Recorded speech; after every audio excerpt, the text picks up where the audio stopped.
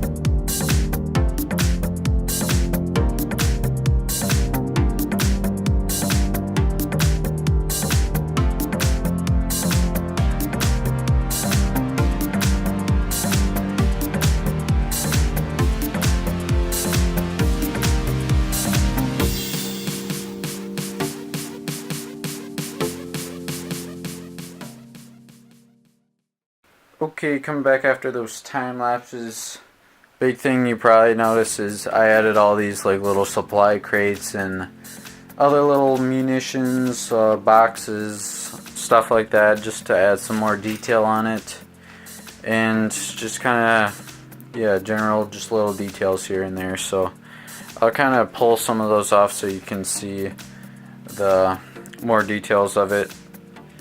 In general, though, all of this build is, like, the chassis itself is fairly identical to my M8 Greyhound. It's just once we get more in this area, you'll see more of the differences, along with like this, there's not the side skirts like usual.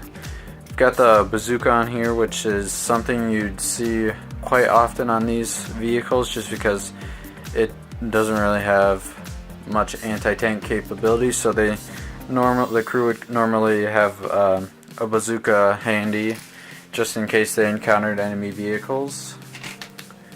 Got just kind of crate details and such. Pull those off. Shovel. Boxing. Got some like munitions, other bags or little container things. Got the backpacks on the side. And now you can kind of see that the top area is fairly identical to my Greyhound. I feel like there are a few differences.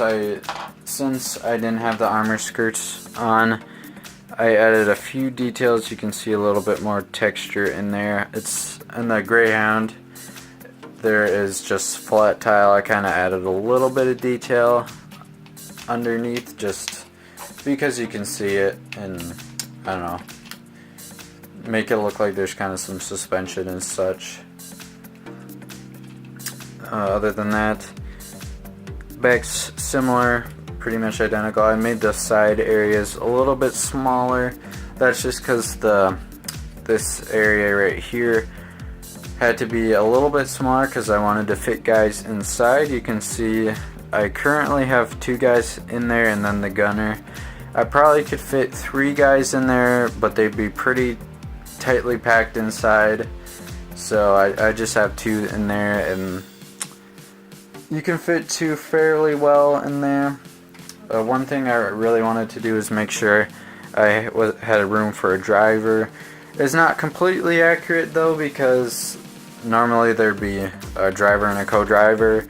As you can see, the 2 visor areas. So this guy's kind of just looking in the middle. It's kind of the only area I could fit. I couldn't fit 2 guys in there. So there's the driver compartment, and inside there's kind of just some area for the other guys. I'll start pulling some stuff off so you guys can get a better look.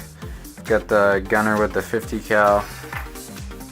And what I did to get like the circular effect was I used these Technic pieces. Not completely sure their official name, but you guys can see what they are. So I used those to give it kind of the circular effect. I experimented with a few different things.